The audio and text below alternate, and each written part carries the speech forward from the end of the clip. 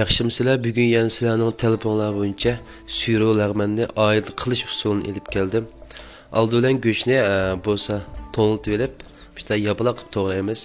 Keyin qalam chiqib to'g'rab, ushoq holatda bir xil qilib to'g'rab olsak bo'ldi. Undan keyin basaynim shu, basaynim qalam chiqib to'g'rab, keyin ushoqlab to'g'raymiz.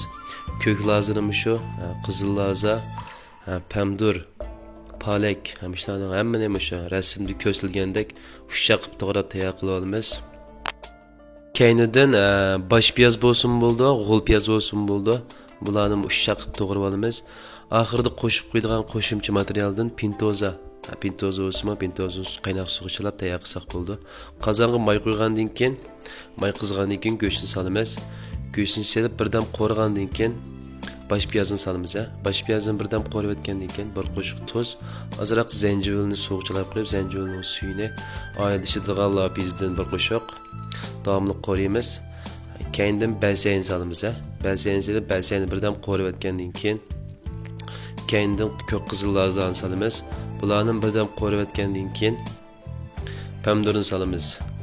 Pomidorni solib birdan qo'rib etgandan keyin suv jolaymiz. Suvni biraqli jolib etmay, azozdan jalsanglar bo'ldi. Tuz ta'min tetib olgandan keyin birdan qaynatib etgandan keyin palak, pintoza, samsaq ochiq suvlarni berib, lag'manni simtardek silib, sima qilsak bo'ldi. Qo'llash nimasidan haqsiz yurakni 6 raqamini yo'llab qo'ying. Qo'shmaganlar qo'shib oling. Har kun dars yo'llab turaman.